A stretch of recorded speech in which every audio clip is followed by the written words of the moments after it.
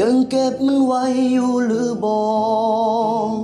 เสื้อตัวนั้นที่เซ็นให้กันก่อนจากลามีแต่รอยยิ้มรูปเก่าที่เคยถ่ายกันมายังจำได้บ่ว่าในภาพนั้นมีไผแดงวันเวลาผ่านเลย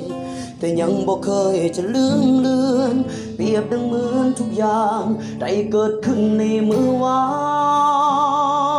นขอเสียงทุกคนที่คิดฮอดหมอเจ็ดฟังใจอยู่ใส่ผู้ใดที่คิดฮอดแฟนเก่าตอนนั้นหรือยังได้ใส่ชีวิตร่วมกันยินดีนำเด้อคิดหอดกินซอขาวสาวเปียผมห้องเรียนบ่มีพัดลมก็ยังตั้งใจศึกษา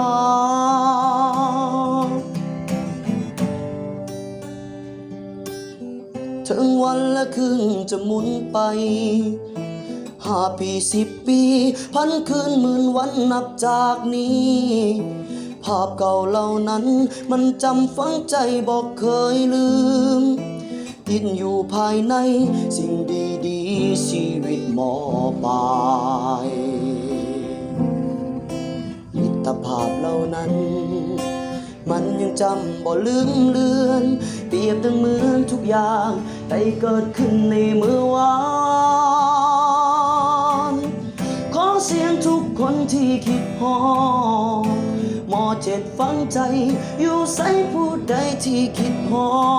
ดแฟนเก่าตอนนั้นหรือยังได้ใส่ชีวิตร่วมกันยินดีนำเด้อคิดหอดกินซอขาวสาวเปียผมห้องเรียนที่ฝึกอบรมจนพวกเฮาได้ดี